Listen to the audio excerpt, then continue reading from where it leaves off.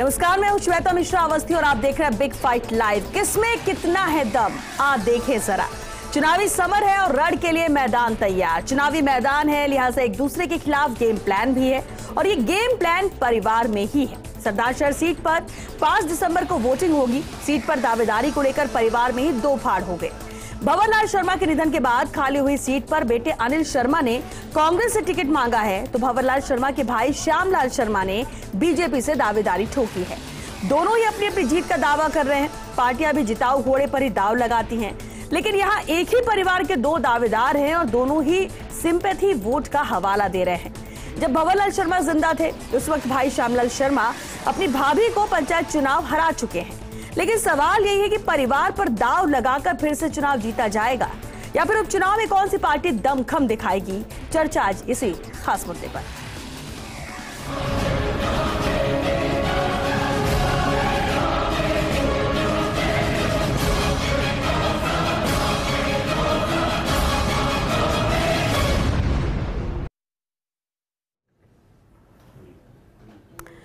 चलिए, इस खास मुद्दे पर चर्चा के लिए खास मेहमान हमारे साथ जुड़ चुके हैं, उनसे रूबरू करा दे आपको। हमारे साथ हैं पूर्व मंत्री और विधायक बीजेपी से वासुदेव देवनानी जी। आरसी चौधरी जी चर्चा में शामिल हुए हैं, कांग्रेस के प्रवक्ता हैं, और साथ ही राजनीतिक विश्लेषक प्रकाश भंडारी जी भी हैं।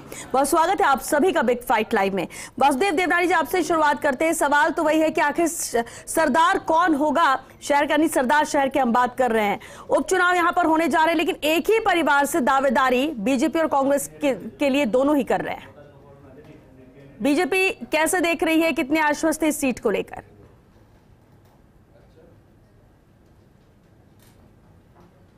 श्वेता जी, कांग्रेस में जिस तरह से फुटबॉल चल रही है और दोनों ग्रुप कभी सचिन पायलट बोलते हैं तो कभी जवाब अशोक गहलोत देते हैं, इस प्रकार की जो कांग्रेस की हालत है और इनके मंत्री जिस प्रकार से खुद इनको निपटा रहे हैं। मैं सुना गुड़ा जी ने तो कहा है कि ये एक फॉर्च्यून गाड़ी तक के विधायक समेट करके आएंगे। इसके पहले जिस तरह से प्रताप सिंह खाचरियावास और जिस तरह से महेश जोशी के बीच का वाक युद्ध चल रहा है, तो इस समय मंत्रिमंडल या कांग्रेस नाम की कोई चीज बची नहीं है। अब इस माहौल में जो उपचुनाव हो रहा है उसमें परिवार के अंदर भी वही लड़ाई चल गई है। और भंवरलाल शर्मा तो प्रारंभ में अब स्वर्गीय हो गया, हमारे सम्मानीय नेता रहे हैं। ये अशोक सचिन पायलट के साथ थे। अब उसके बाद कई बात हुई तो फिर अशोक गहलोत ही आए। तो इस प्रकार की जो असमंजसता की स्थिति पूरे क्षेत्र में है वही परिवार में भी है। तो परिवार से निश्चित रूप से टिकट उन्होंने मांगा है और मैं जान के इन्होंने हमारे से भी टिकट मांगा है। तो हमारे यहाँ हमने 2 पर्यवेक्षक वो क्षेत्र में भेजे हैं और उसमें हमारे विपक्ष नेता गुलाब जी कटारिया और अर्जुन जी मेघवाल, उनकी रिपोर्ट के आधार पर हमारे प्रांत से हम पैनल अपना सजेस्ट करेंगे और केंद्रीय संसदीय बोर्ड जिसे मोहर लगाएगा उसको हम लड़ाएंगे। तो इसलिए हमारी निश्चित हमारी ताकत है, हमारे पन्ना प्रमुख से नीचे है। हम आश्वस्त हैं कि हम कांग्रेस को कड़ी टक्कर देंगे। लेकिन एक बात स्पष्ट कर लूं कि उपचुनाव का जो भी परिणाम आता है वह आप चुनाव को किसी प्रकार से प्रभावित नहीं करता है। ये इनको तो आम चुनाव के प्रभाव तो अभी गुजरात और हिमाचल इनको दिखा देगा कि क्या इनका आईना कि कांग्रेस क्या है। तो इसलिए कोई इस उपचुनाव का प्रभाव नहीं पड़ेगा। वैसे भी साल भर के लिए ये 11 महीने के लिए है उपचुनाव, जिसमें जनता की भी कोई ज्यादा रुचि नहीं रहती। ठीक है, लेकिन फिर भी जीत हार पर भी तो नजर रहेगी। जीतना भी तो जरूरी रहेगा, कोशिश दोनों की रहेगी। भले ही आप कह रहे हैं कि उतनी वैल्यू इसकी नहीं रहेगी, 11 महीने के लिए ही रहेंगे। पूरी कोशिश करेंगे और उम्मीद है कि हमारा उम्मीदवार जीतेगा।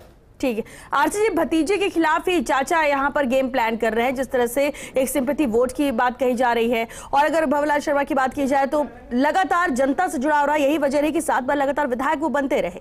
ऐसे में अब कांग्रेस क्या करेगी? क्या परिवार में ही टिकट देने की तैयारी या फिर कुछ और?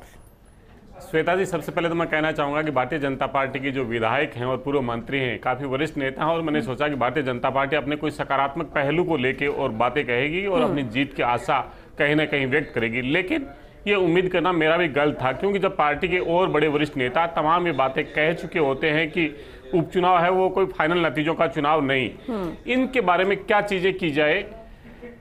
हमारे जो नेता हैं अशोक जी गहलोत साहब, वो अक्सर इस बात का जिक्र करते हैं कि लोकतंत्र में जनता जनार्दन होती है और जनता उसी को आशीर्वाद देती है। मैं राजस्थान की जनता का साधुवाद करना चाहता हूं कि ये जनता ना बहकावे में आती, ना छल्लावे में आती, ना भ्रम में आती। ये उसको आशीर्वाद देती है जो जनता का जन सेवक बन के सेवा करता है। और ये मैं इसलिए दावे के साथ में कह सकता हूं कि 2018 के विधानसभा चुनाव के बाद में जब 7 उपचुनाव यहां पे हुए, तब जब सत्तारूढ़ दल होता है उसके खिलाफ में जनता नाराजगी प्रकट करती है ताकि और बेहतरीन तरीके से काम कर सके, क्योंकि सरकार तो जानी थी नहीं, लेकिन जनता ने और हमें बड़ा आशीर्वाद दिया, इसलिए हम जनता के सामने तो आप ही की थी। अरे साहब सुन लीजिए, आपको व्यवस्था नहीं डाला, आपके पास काम नहीं, विपक्षी भूमिका निभाने का आप में मादा नहीं, इसलिए देख रहे हैं। और मंत्री जी बोलिएगा, आप काफी वरिष्ठ हैं, मैं आपको व्यवस्था इसलिए नहीं डाल रहा, आपकी गरिमा करता हूं, सम्मान करता हूं। मादा है कि नहीं है? आप देखिए, आपने 2018 से पहले ये कहा था कि ये 2 जगह पे हैं। जब वल्लभ नगर का चुनाव हुआ था तब आपने कहा था गजेंद्र सिंह शेखावत, सचिन पायलट के समर्थक थे, 2 जगह पे हैं। हमने आपको वहां पे 3रे नंबर पे पहुंचा दिया, हमने आपको 4थे नंबर पे पहुंचा दिया, क्योंकि हमने लोक कल्याणकारी निर्णय किए। राजस्थान की सरकार के मुखिया और संगठन के मुखिया गोविंद सिंह डोटासरा जी पार्टी के लिए 24 घंटे समर्पित रह के जिस प्रकार से कांग्रेस का कार्यकर्ता काम करता है, उसका सिर गर्व से ऊपर है। वो जनता के बीच में जाके सरकार की 25 योजनाएं बता सकता है, वो जनता के लिए सरकार के द्वारा किए हुए काम बता सकता है, वो हर ढाणी और पंचायत में सरकार के द्वारा किए हुए काम के आधार पर वोट मांग सकता है। इसलिए मैं कहना चाहता हूं कि हमें दुख है कि लोकतंत्र के अंदर विपक्ष होना चाहिए। राजस्थान की जनता ने विपक्ष के लिए 73 विधायक चुने, लेकिन भारतीय जनता पार्टी खंड खंड में बटी हुई जनता की आवाज को मुखर करने में नाकाम रही, और आज ये चुनाव का उद्घोष हुआ उससे पहले ही इन्होंने अपनी हार स्वीकार कर ली। अरे खंड में तो आपके मंत्री बोल रहे हैं। ठीक है, वापस लौटेंगे वासुदेव जी। प्रकाश भंडारी जी भी हमारे साथ हैं। प्रकाश जी, अगर इस सीट की बात करें, सीट का गणित क्या कहता है? क्योंकि 6 बार लगातार कांग्रेस को इस सीट से जीत हासिल हुई है। अब जब भंवरलाल शर्मा नहीं, लेकिन उन्हीं के परिवार के 2 सदस्य, उनके बेटे और उनके भाई की बात कर लें, जो एक कांग्रेस और एक बीजेपी से टिकट मांग रहे हैं, क्या लग रहा है आपको कि क्या तस्वीर यहाँ पर बनेगी उपचुनाव में टिकट को लेकर खासतौर से? देखिए, सबसे बड़ी बात है कि एक ही परिवार में 2 विभिन्न विचारधारा और 2 विभिन्न पार्टियों के दावेदार खड़े हो गए। अनिल शर्मा कांग्रेस का टिकट मांग रहे हैं, उनके चाचा श्यामलाल जी बीजेपी का टिकट मांग रहे हैं। तो आप ये देखें कि परिवार में जो स्थिति है, जो विरोधाभास है, वो तो सामने है। अब इस चुनाव के संबंध में मुझे कहना है कि ये चुनाव लगभग जो अगले साल जो चुनाव होने वाले उसके करीब करीब लगभग एक वर्ष पहले होने वाला है। इस बीच के अंदर जो गहलोत सरकार की लोकप्रियता है, उसका एक छोटा सा लिटमस टेस्ट होगा। मैं ये नहीं कह सकता कि ये अंतिम टेस्ट है, लेकिन एक छोटा सा टेस्ट जरूर है। ये जांच परख का मौका है आम जनता के दिमाग में क्या। और दूसरी बात जो आ रही है, वो ये उपचुनाव भी ऐसे समय में हो रहे हैं जब गुजरात और हिमाचल प्रदेश में विधानसभा के चुनाव हो रहे हैं। तो चुनावी माहौल का तो है।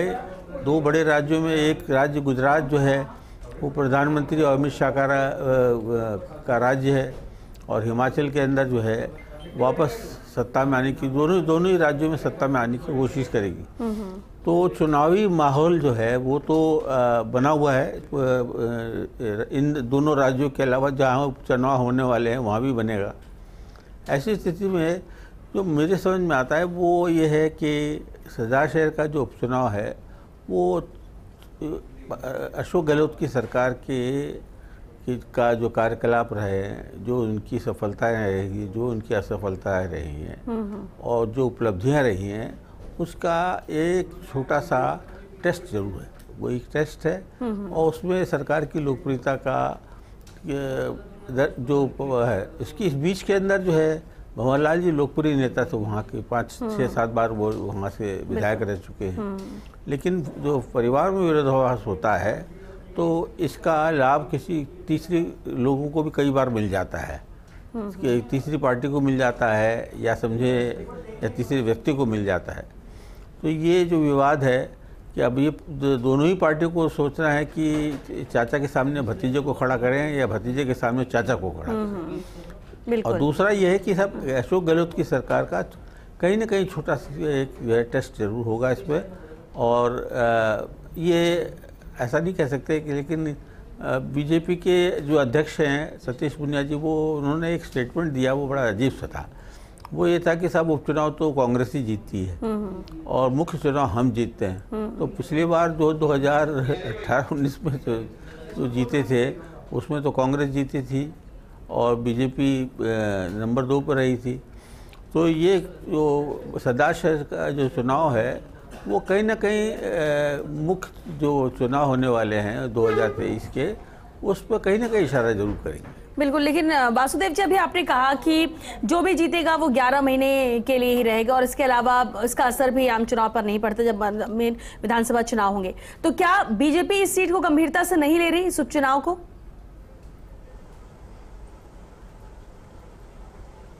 हम इसको गंभीरता से ले रहे हैं क्योंकि स्पष्ट है कि कांग्रेस जो बार बार दावा करती है कि हम उपचुनाव में जीते हैं, उपचुनाव अधिकांश इन्हीं के पहले से सीटें रही हैं और उन्हीं पे उपचुनाव हुआ है। यानी कोई इन्होंने बीजेपी से सीट छीनी हो, ऐसा ध्यान में नहीं आता। वो 7 बार जीते, हम फाइट देंगे, कांग्रेस की सारी परिस्थितियों को जनता के बीच में ले जाएंगे, हम गंभीरता से लड़ेंगे, चुनाव हम जीतने के लिए लड़ेंगे, ये मैं निश्चित रूप से कह सकता हूँ। और चूंकि परिवार वाले इनके तो इन दिनों मैं बहुत अधिक बातें नहीं कहना चाहता, लेकिन इनके मंत्री ही इनको निपटा रहे हैं। हमें विपक्ष की कोई जो है, हम तो अपना रोल अदा कर रहे हैं, लेकिन रोजाना आप अखबारों में देख रहे हो किस प्रकार की और राजस्थान की दुर्दशा है, जिस प्रकार से महिलाओं की अस्मिता है, जैसे भ्रष्टाचार चल रहा है, जिस तरह से सारा राजस्थान अराजकता का है, और जिस प्रकार से इन्होंने जितने वादे किए उनको पूरा नहीं कर पाए, ये वहां पे सरदार शहर की जनता को आप जितने सवाल कर रहे हैं, क्या आपको लगता है कि सरदार शहर के उपचुनाव जब होंगे उस पर भी इन सब चीजों का, इन सब बातों का असर होगा? वासुदेव जी, लिटमस टेस्ट कहना ये ठीक नहीं है। ठीक है, लेकिन आप जिन मुद्दों की बात कर रहे हैं, जो पॉइंट्स आप गिना रहे हैं, क्या इसका असर होगा सरदार शहर में, या फिर विधानसभा के लिहाज से आप बात कर रहे हैं? निश्चित रूप से असर होगा, निश्चित रूप से इनका भी असर होगा, क्योंकि जिस प्रकार का आज वातावरण राजस्थान में है, असुरक्षा का वातावरण, और मुख्यमंत्री जी निश्चित रूप से दावा करते हैं, वहां गुजरात पे तो मुख्य पर्यवेक्षक हैं, वहां तो इनके आपसे भी कम सीटें आ रही दिखती हैं, तो ये बाकी सब जगह असफल है। इन्होंने आला कमान को चैलेंज दिया है, यानी अब कांग्रेस के भी हैं कि अशोक गहलोत कांग्रेस अलग है, ठीक है वासुदेव जी, तो कांग्रेस को लेकर ज्यादा कॉन्फिडेंट है कि गुजरात में कितनी सीट आनी है, और यहाँ पर भी वो मुद्दे जो बता रहे हैं, इस आधार पर इसका असर भी सरदार शहर के उपचुनाव पर पड़ेगा। देखिए, भारतीय जनता पार्टी के नेताओं से जब मुद्दों पे बात करोगे तो वो मुद्दों से इतर बातें करते हैं। राजस्थान के चुनाव की चर्चा चल रही है और गुजरात और ये दूसरी जगह की बात करेंगे। मंत्री राजस्थान के रहे, विधायक राजस्थान के, और राजस्थान के बारे में बात नहीं कर पा रहे हैं। ये देखिए कैसी विचित्र दशा है, और ये अपने आप को इस डिबेट के अंदर बैठ के और पक्ष रख रहे हैं। मैं इनका साधुवाद करना चाहता हूँ, कितनी इनकी हिम्मत है, कितना इनका साहस है कि ये बातें तो करें, क्योंकि पार्टी के तमाम जो वरिष्ठ नेता हैं वो तो इस बात से डिनाई कर चुके हैं। सबसे बड़ी बात यह है कि जो मुख्यमंत्री का ख्वाब देख रहे हैं राजेंद्र जी राठौड़ साहब, वो उसी जिले से आते हैं, चूरू से, और वहीं से राम सिंह कसवा जी आते हैं। दोनों के बीच में अलग अलग प्रत्याशी के नामांकन को लेके कि पार्टी इसको प्रत्याशी बनाए, वहां पे बटी हुई है। लेकिन हम इनके ऊपर चर्चा करना नहीं चाहते, क्योंकि राजस्थान की जनता मुद्दों पे बात करना चाहती है। हमने इनसे गुजारिश करना चाहेंगे, वसुंधरा जी की सरकार थी, 156 सीट जीत के आए थे। ऐसे ही 1 साल पहले 2 लोकसभाओं का और 1 विधानसभा का चुनाव हुआ था, और ये कहते थे, और कांग्रेस पार्टी ने डंके की चोट पे इस बात को स्वीकार किया कि ये हमारा सेमीफाइनल है। हमने दोनों की दोनों लोकसभा जीती और हमने वो विधानसभा जीती। और कांग्रेस के तमाम नेता, ये भारतीय जनता पार्टी अपने कुनबे को संभाल नहीं पा रही है, जनता के काम कर नहीं पा रही है, विपक्ष की भूमिका निभा नहीं रही है।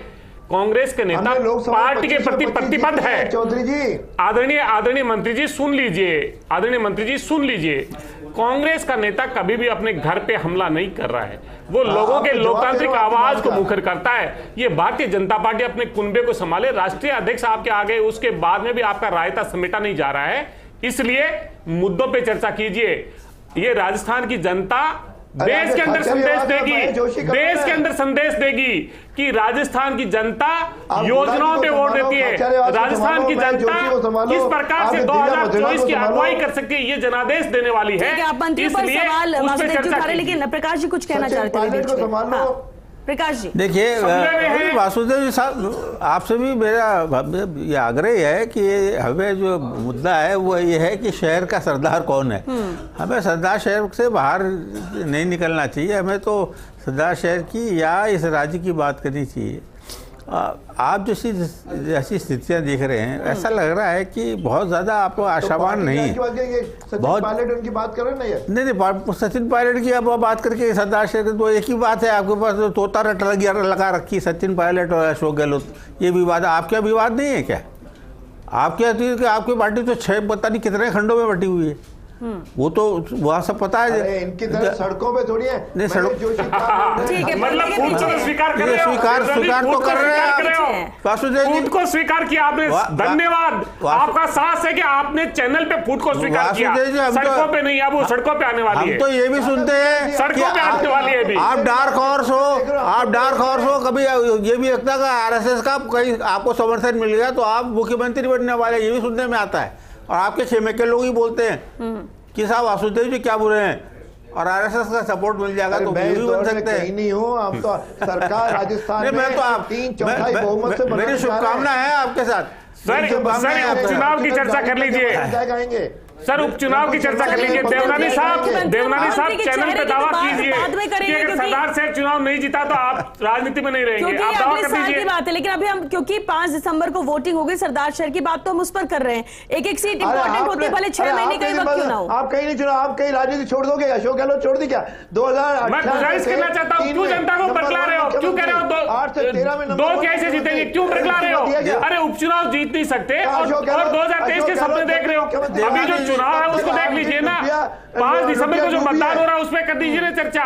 5 दिसंबर को क्या स्थिति रहने वाली है? हमेशा 5 दिसंबर को क्या स्थिति रहने वाली है? साहब ये निवेदन है मेरा आपसे, ये आपकी पार्टी के लिए 5 सितंबर के क्या आप अपने लुटिया देवनानी जी, आपकी पार्टी के लिए सबसे बड़ी चुनौती तो ये है कि चाचा के भतीजे जननायक की क्या स्थिति है? जननायक ने तो आला कमान के आपको याद दिला दूं कि एक खींचा जी थे जिन्होंने भंवरलाल जी शर्मा को हराया था 2013 में। हमारे यहाँ तो सब आला कमान 2013 में खींचा जी का उनका कोई नाम ही नहीं आ रहा है।